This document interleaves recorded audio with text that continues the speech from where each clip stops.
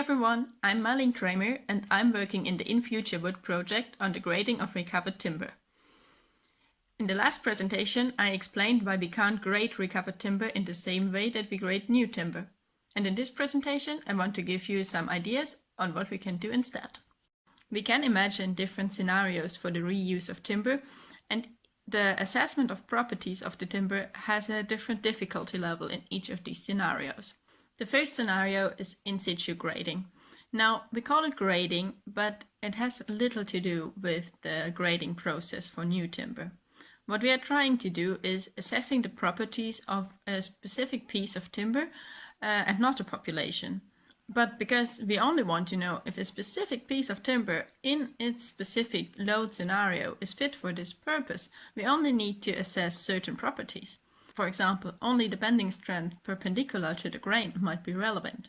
And even though this is hard to assess using only visual criteria and maybe some non-destructive testing, it would probably be enough to assess the defects and try to estimate how they limit the strength of the timber. The second grading scenario is similar. We could imagine that we want to reuse timber from a specific demolition project for a specific new project. Again, that would mean that we only need to assure that the timber is fit for a specific purpose, for a specific load scenario, for example, in a roof structure. Now, we will most likely not know the strength of the beam, but we can at least measure its density relatively accurately, and we can design the roof structure strategically. We'd be conservative in our strength and stiffness assumptions, and we would use more material than absolutely necessary. We could also place defects strategically. For example, holes left by nails or bolts have much more severe effects on strength if they are placed in a tension zone. So if we put them under compression, we can use timber with defects. For the two scenarios that I described so far, we hope to develop some guidelines for engineers, designers, and architects so that they know which properties are relevant in the specific use scenario that they target, and how to assess or estimate these properties in used timber. The last and most complicated scenario is grading timber for the open market. And for this scenario, we would really need to perform grading in the original meaning of the word. We would need to assign a strength class so timber can be traded, and engineers, designers, and architects have an estimate of the timber properties that they can use as design values.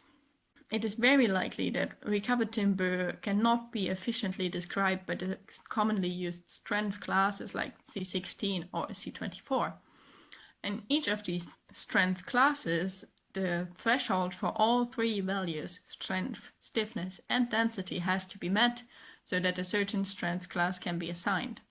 That means if a piece of timber has a low stiffness and meets only the threshold for C16, but has higher values for strength and density that would meet C18, we still have to assign the lower strength class C16, and we waste some potential of the timber. This is true for new and used timber. Grading recovered timber would need to be done very conservatively, and it would probably need custom strength classes that are maybe even below the strength classes that are used today. But any estimation of the properties of recovered timber could give people enough confidence to use it. Within this project, we hope to develop a standard that helps estimating the properties of recovered timber very conservatively, and mostly using visual grading criteria and defects. You see, grading of recovered timber is not necessarily grading in the original sense of the word. And maybe if we don't call it grading, people won't be too afraid to make an educated guess of the strength of a piece of timber and just use it. We hope to provide some guidance on this topic soon, so visit our website for more updates, and thank you for watching.